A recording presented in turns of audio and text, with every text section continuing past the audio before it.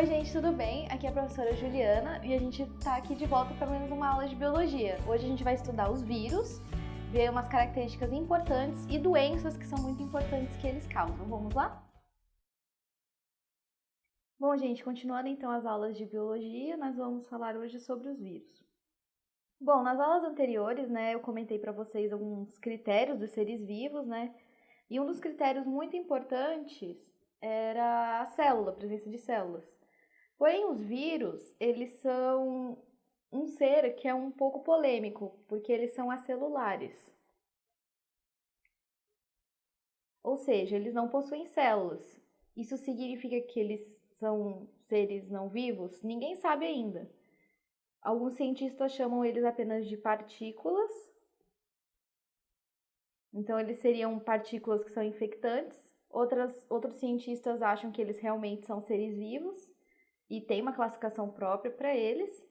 E até hoje ninguém conseguiu bater o martelo realmente se seriam seres vivos ou não. Tem uma outra característica importante deles que difere dos seres vivos de todas aquelas características que eu falei, que eles não possuem metabolismo próprio. O que isso significa? Que eles, para ter metabolismo, para eles se replicarem, eles precisam se utilizar de outra célula. Então, isso significa que eles são parasitas obrigatórios. Eles precisam infectar uma célula para poder usar o metabolismo dessa célula e então se replicar e fazer as atividades que eles necessitam para continuar sobrevivendo. Mas, por conta disso, eles têm capacidade replicativa.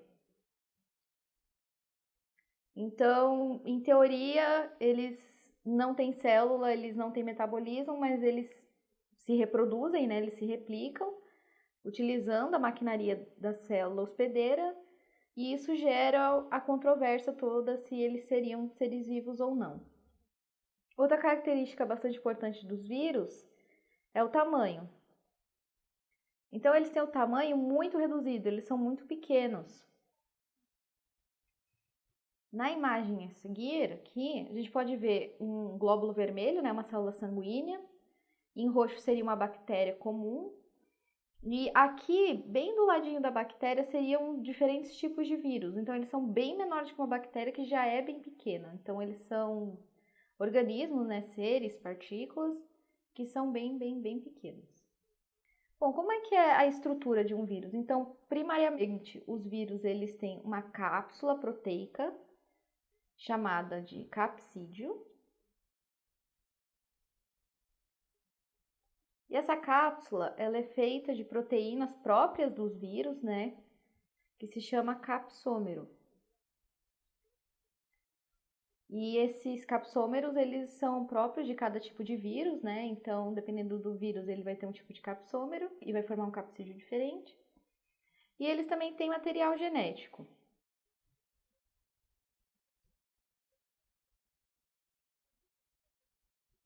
Aqui podendo ser tanto DNA como RNA, a gente vai ver que os vírus eles diferem aqui também. E essas aqui são as estruturas básicas que todos os vírus têm. Alguns vírus podem ter outras estruturas além dessas. Então, eles podem ser envoltos em uma membrana que se chama envelope. Mais para frente a gente vai ver como é que esse envelope se forma. E alguns vírus, além do material genético aqui dentro do capsídio, eles têm algumas enzimas que vão ajudar eles na replicação dentro da célula hospedeira. Bom, então eu comentei que alguns vírus tinham DNA e outros têm RNA, e é assim que basicamente os cientistas classificam eles. Então nós temos o grupo de vírus de DNA e o grupo de vírus de RNA. Em ambos, você pode ter o DNA fita dupla ou fita simples. E no RNA, a mesma coisa. Você pode ter o RNA fita dupla ou o RNA fita simples. Dentro do RNA fita simples, nós temos dois tipos de vírus. Temos o positivo e o negativo. Bom, qual que é a diferença entre eles então? O positivo, o RNA, ele atua como RNA mensageiro. Então, ele já é automaticamente traduzido. Já o negativo, não, ele precisa ser transcrito e depois traduzido.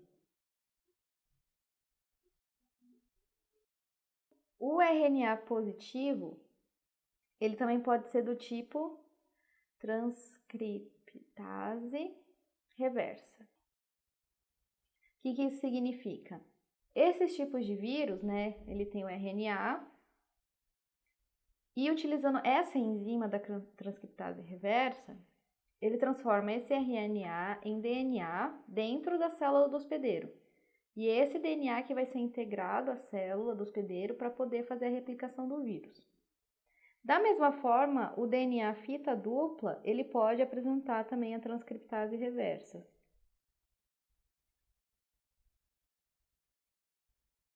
Isso significa, então, que né, inicialmente ele é um DNA, e usando a enzima da transcriptase reversa, ele se transforma em RNA e vai ser o RNA que vai participar dessa infecção do hospedeiro, da célula hospedeira.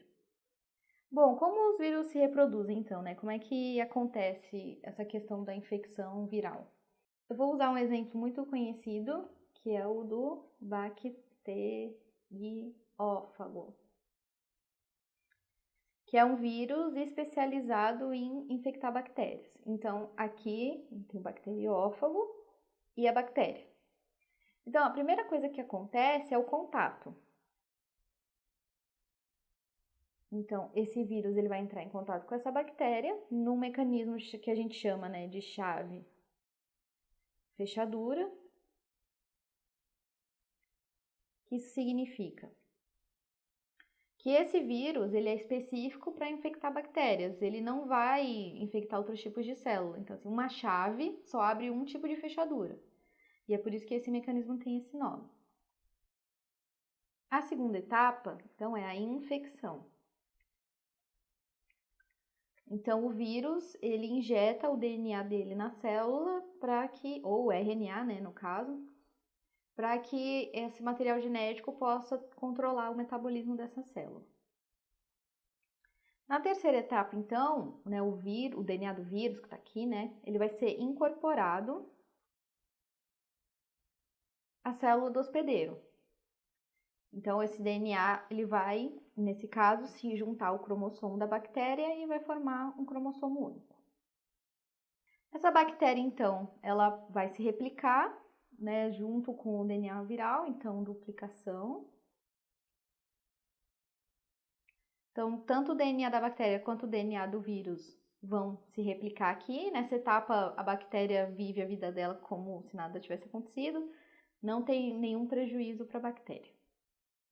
Porém, né, dessa etapa de infecção, ela pode ir tanto para esse caminho e a bactéria continuar viva normalmente com o DNA viral, ou esse DNA ser incorporado e começar com o ciclo do vírus, que culmina na duplicação, mas não da célula, somente do DNA e das proteínas do vírus. Aqui o vírus está usando a maquinaria da célula, usando o metabolismo da célula para fazer mais vírus. Depois dessa etapa de utilizar a célula para fazer as coisas, ele vai formar, né, vai ser a formação de novos vírus. E depois que esses vírus estão completamente formados, a célula vai se romper, então rompimento, e os vírus, né, já formados vão ser liberados.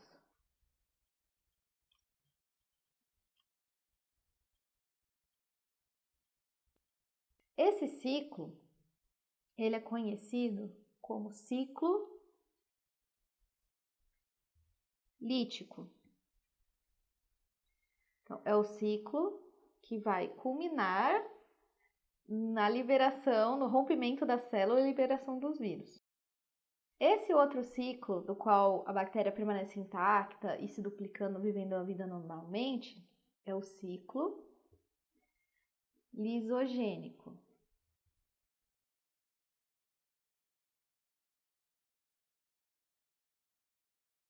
Só que, depois de um tempo, né, essa célula, o DNA viral, ele pode mandar um sinal, que é o sinal pro ciclo lítico. Então, a bactéria ela pode ficar aqui incubando, né? Dá para dizer que a bactéria está aqui incubando o vírus, né? E aí esse vírus ele vai mandar um sinal uma hora para que essa célula entre no ciclo lítico, produza mais vírus e complete o ciclo liberando mais vírus para infectar outras células. Bom, agora vamos falar um pouco de envelope, né? O envelope é a estrutura que eu tinha comentado anteriormente que apenas alguns vírus têm. Então, o que acontece? Aqui nós temos uma célula, alguns vírus sendo formados aqui dentro, né? Como se fosse o ciclo lítico. Alguns vírus, eles têm a capacidade de, a hora que eles saem, eles não rompem a célula completamente. O que acontece? Eles vão sair e eles vão fazendo umas bolsinhas em volta deles, a hora que eles saem. E quando eles deixam a célula completamente, a célula permanece íntegra, de certa forma, né? Ela perde um pouco dessa membrana, e essa membrana é incorporada aos vírus. E esse é o envelope viral. Então, alguns vírus, ao invés de romper a célula completamente, eles vão desgastando a célula até que ela não aguente mais perder esse material. E esse envelope acaba auxiliando eles a identificar outras células semelhantes para que possam infectar outras células. Bom, o HIV, né, é um vírus, né, muito importante. Ele é o responsável pela doença que nós conhecemos como AIDS, imunodeficiência adquirida humana, e ele é um vírus envelopado, então ele é um vírus que possui envelope. Ele também é um vírus de RNA de transcriptase reversa.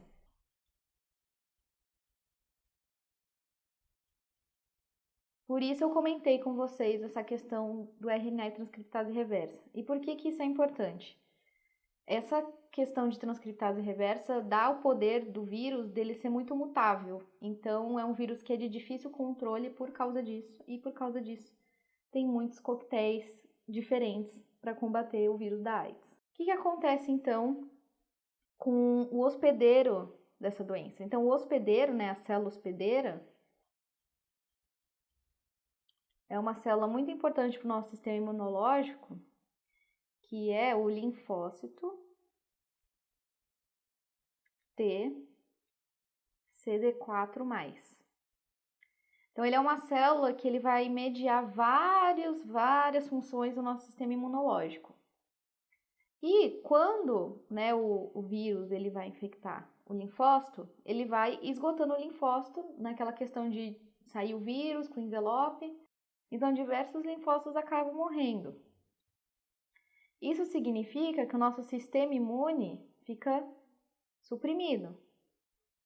Então, nosso sistema imune fica baixo e com o sistema imune baixo, doenças oportunistas, que nós chamamos, acabam infectando a pessoa. Então, a pessoa ela não morre de AIDS necessariamente, mas ela vai morrer de doenças oportunistas, às vezes uma gripe, uma tuberculose. Não são doenças assim incomuns que acabam matando essas pessoas, é porque o sistema imunológico delas não consegue combater mesmo infecções muito comuns. Bom, então como que é o tratamento do HIV, né? Bom, a AIDS não tem cura, né? Como eu falei, é um vírus que é complicado de se desenvolver vacinas por conta da mutabilidade dele, é um vírus muito mutável, muito diferente. Então, tem diversos coquetéis antirretrovirais, que é o nome da classificação que dão para esses tipos de vírus, né, que são os retrovírus. Então, o HIV é um retrovírus, então eles desenvolveram esses coquetéis antirretrovirais para acertar ele em diversas fases da replicação. Bom, como que ele é transmitido, né? É sempre bom lembrar que o HIV ele é transmitido sexualmente. Então, se uma pessoa infectada faz sexo com alguém que não está infectado sem uso de preservativo, essa pessoa provavelmente vai contrair o vírus. Também pode ser por mãe, filho, tanto pela gravidez, porque o vírus, esse tipo de vírus, ele atravessa a barreira placentária, ou pelo leite. Então, o aleitamento, né, de mães que são soropositivos também podem acabar infectando a criança. Também por compartilhamento de agulhas. Então, drogas injetáveis que às vezes as pessoas acabam compartilhando agulhas. Se alguém é soropositivo, acaba contaminando as demais pessoas. E não tão usualmente hoje em dia, mas por sangue, em questão de doação de sangue. Muito tempo atrás não existiam testes específicos para detectar o HIV. Hoje em dia, poucas pessoas são contaminadas com esse tipo de transmissão. Tem muitos testes e hoje em dia é seguro receber bolsas sanguíneas, sabendo que elas estão sem nenhum tipo de infecção. Bom, na aula de hoje, então, a gente aprendeu um pouco sobre os vírus e sobre uma doença muito importante que eles causam, que é o HIV. Até a próxima!